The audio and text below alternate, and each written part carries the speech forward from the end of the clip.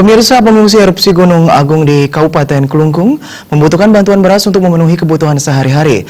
Per hari kebutuhan beras mencapai 4,4 ton, sedangkan stok beras di posko pengungsian Gor Swecapura tersisa 12 ton.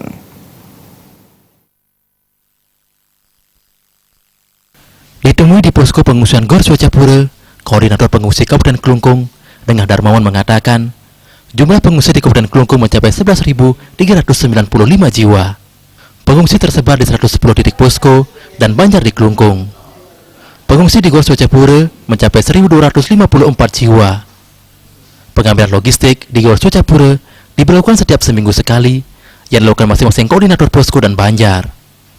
Dengan Darmawan menambahkan, di tengah banyaknya jumlah pengungsi di Kabupaten Kelungkung, pihaknya sangat mengharapkan bantuan beras dari para donatur dan pihak lainnya. Per hari kebutuhan beras pengungsi mencapai 4,4 ton.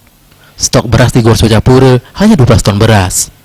Persediaan beras tersebut diperkirakan hanya cukup untuk 3-5 hari ke depan. Mungkin saya berlebihan sebagai koordinator pengungsi menyampaikan kepada para dermawan yang mau membantu kami di pengungsian.